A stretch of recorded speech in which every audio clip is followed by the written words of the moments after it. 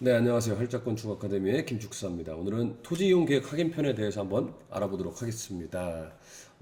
집을 짓는 단계는 여러 단계가 있겠지만 가장 중요한 단계가 저는 이 사전조사 단계라고 생각해요. 설계 단계 전의 단계인데 법적인 내용을 검토하고 땅에 대한 내용, 뭐 현장에 대한 내용들을 여러모로 검토해가지고 그에 맞춰서 설계를 하면 되기 때문에 이거를 잘못 조사하게 되면 설계를 제대로 하더라도 문제가 발생합니다. 그렇기 때문에 가장 중요한 단계 중에 하나라고 저는 생각합니다. 지난번 영상에 현장 답사에 대한 내용이 있었고 토지용 계획 열람에 대한 거는 지적도 만드는 영상에서 한번 설명을 드린 적 있지만 오늘은 토지용 계획 열람만 한번 설명을 드려보도록 하겠습니다. 토지용 계획은 국토의 계획 및 이용에 관한 법률에 따른 용도지역, 용도지구에 따라 건축할 수 있는 용도와 그렇지 않은 용도를 규정하고 건축허가 제도를 통해 국토와 도시를 효율적으로 관리하기 위함이다 라고 나와 있는데 말 그대로 내 땅이지만 내 땅의 건물을 마음대로 지을 수 없다는 거죠. 지을 수 없게끔 법으로 규제를 했다. 그러면 규제 내용이 무엇이냐를 확인해야 되는데 그걸 확인할 수 있는 사이트가 법제처를 통한 법에 대한 내용이 있겠지만 오늘은 땅에 대한 내용을 먼저 알기 위해서 토지이움 사이트를 들어가 보도록 하겠습니다. 토지이용 계획을 통해서 확인할 수 있는 것들은 뭐 말 그대로 이제 저희가 주택을 지으려고 하잖아요. 주택을 지을 수 있는 땅인지를 확인할 수 있냐. 그리고 주택을 짓는다면 얼마나 크게 지을 수 있는지, 그리고 그 외 법적으로 받아야 되는 내용들이 무엇인지를 가볍게 확인할 수 있는 그런 사이트가 되겠습니다. 토지이움 사이트를 검색해서 들어가거나 이 링크대로 들어가게 되면 메인 화면이 이렇게 뜨는데요. 여기 안에다가 우리가 짓고자 하는 땅의 주변을 치면 이 아래와 같은 이 지금과 같은 이미지가 나옵니다.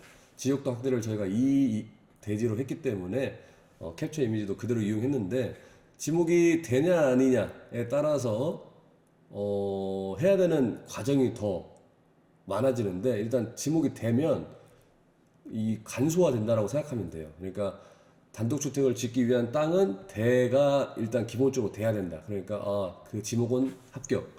면적은 214.3제곱미터다라는 걸 알고 뭐 공시지가는 땅을 짓는 거하고는 크게 상관이 없으니까 제외하고 밑에 이것도 볼 필요 없습니다. 그러면 크게 이거하고 이게 좀 중요하게 느껴지는데 도시지역이냐 비도시지역이냐에 따라서 법적으로 제한하는 내용이 달라요. 도시지역이 법적으로 좀 더 세다라고 생각하면 되고 일종 일반 주거지역에 지을 수 있는 건물이 무엇인지 이 용도를 확인할 수 있는 지역이 이 주거지역이라고 볼 수 있고 지구단위계획구역은 도시의 어느 일부를 우리가 지구 단위를 만들어 가지고 별도의 기준으로 여기를 관리하겠다라는 거거든요. 그러니까 좀 더 계획하는 데 있어서 복잡하다라고 생각하면 돼요. 이거는 별도의 지침이 있으니까 별도의 지침을 다운받아야 된다라는 걸 생각하면 됩니다. 그리고 소로 이류, 중로 이류, 이 내용들 있죠. 이 내용들은 도로에 대한 내용입니다. 도로. 이거는 지금 인접한 도로가 아니라 이 이미지 안에 있는 도로가 다 나온 거고, 여 안에 나온 이 두 가지는 내 땅에 인접한 접합이라고 써 있죠. 접합에 있는 땅, 도로에 대한 내용이라고 생각하면 됩니다. 그리고 중점 경관 관리 구역이라는 거는 도시의 경관을 관리하기 위해서 이렇게 지역을 또 선택을 해놔요. 그러면 여기는 경관 심의를 받을 수 있겠구나 생각하면 되는 것입니다. 뭐 크게 이 정도로 알 수 있는 거고 뭐 그 외의 내용들은 뭐 여기를 보면 되는데 이것도 아까 말했듯이 이 이미지에 대한 내용이 다 나온 거예요. 그러니까 내 땅에 대한 내용은 이 안에 다 들어와 있다라고 생각하면 됩니다. 그리고 나머지 이 내용들을 확인해가지고 사이트를 직접 들어가서 이 내용들을 직접 확인해가지고 좀 더 자세히 알아보는 시간을 갖겠습니다. 네, 이렇게 검색을 해가지고 나온 건데요. 여기 보면은 행위 가능 여부, 건폐율 뭐 이런 것들이 있는데 말 그대로 용도 우리가 단독주택을 하고 싶은데 가능하냐? 일종 일반 주거 지역에 단독주택은 가능하다. 근데 아파트는 불가능하다. 불가능한 건 X로 이렇게 써 있고 가능한 거는 O로 써 있으니까 원하는 용도를 확인할 수 있는 그런 확인하는 방법이 되겠습니다. 두 번째는 건폐율과 용적률인데 지금 여기 보면은 제1종 일반 주거지역에 대한 건폐율과 용적률이 있다라는 거예요. 근데 180%, 400%라고 해서 용적률은 나와 있는데 건폐율이 나와 있지 않잖아요. 그럴 경우에는 법제처라는 사이트를 통해서 들어가야 되는데 여기 보면은 그냥 이걸 눌러보면 돼요. 여기 지금 이게 다 클릭할 수 있는 내용들이거든요. 이걸 눌러서 여기 법령정보센터로 들어가면은 도시계획 조례, 아산시 도시계획 조례에 대한 내용이 나옵니다. 간혹 방금 이 53조라고 써 있어가지고 53조만 나오는 경우가 있는데 여기 밑에 위에 이제 링크 주소에 이 53조를 지워주면 아산시 도시계획 조례에 대한 전체 내용이 나올 수 있다라고 보시면 돼요. 쭉 내려보면 여기 보면 이 지역지구 구역 안에서의 제한 제5장에 대한 내용을 보시면 됩니다. 일반 주거지역 안에서 지을 수 있는 건 별표 3과 같다. 이걸 눌러보면 지금 이 내용이 뜹니다. 이렇게 한글 파일로 뜰 수도 있고 인터넷으로 뜰 수 있으니까 뭐 그건 여러 방법이 있으니까 여러분 마음대로 하시면 되고요. 0 별표 4는 국토 계획 및 이용에 관한 법률 시행령 별표 4입니다. 이거는 건축법이 아니니까 그걸 확인하셔서 보면 되고 4층 이하의 건축물이다라는 것들이 이 높이에 대한 층수에 대한 제한이니까 여기 이 땅은 일반 주거 지역이지만 4층 이하까지만 할 수 있구나라고 생각하면 됩니다. 단독주택은 이 내용 여기 시행령 별표 4에 나와 있으니까 한번 확인해 보시면 될 것 같아요. 그리고 좀 더 내려보면 건폐율과 용적률에 대한 내용이 있는데 여기 보면은 용도지역 안에서의 건폐율 우리가 아까 봤던 곳은 제1종 일반 주거지역이니까 60% 이하의 건폐율을 할 수 있는 거고 좀 더 밑으로 내려보면 용적률이 나옵니다. 1종 일반 주거지역은 180% 가능하다 라고 써 있으니까 여기는 60%고 용적률은 180%다.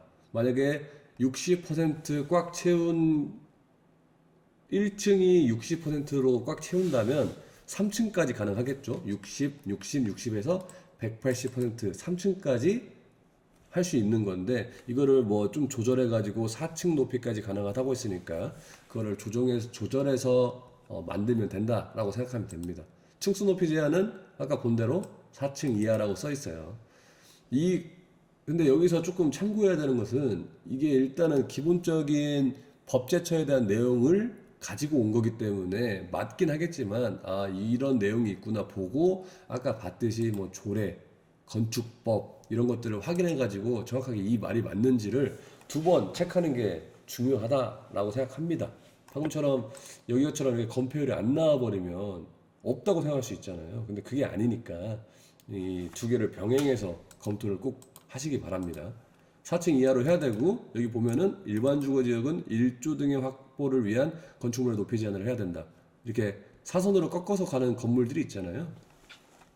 그런 것들을 적용해야 되는 땅이다 라고 생각하면 됩니다. 건축선은 말 그대로 도로가 4m 이상이 되어야 되는데 4m 이상이지 않은 도로는 그에 맞춰서 확보를 해야 된다라는 내용을 이미지로 이렇게 설명을 해주는 거예요. 그리고 이 꺾인 도로, 모퉁이 부분을 만약에 4m 도로면 몇 미터만큼 이격해가지고 여기를 대지 면적에서 제외해야 되는 조건들이 있습니다. 근데 지금 보면은 4m부터 8m 미만이니까 저희 땅은 지금 8m 이상의 도로예요. 8m 이상의 도로. 그러니까 해당이 없다라는 것들을 교차하면서 확인할 수 있고 연면적 2000제곱미터 미만의 건물은 4m 이상의 도로가 대지와 2m 이상 접도해야 된다라는 것을 확인할 수 있겠죠.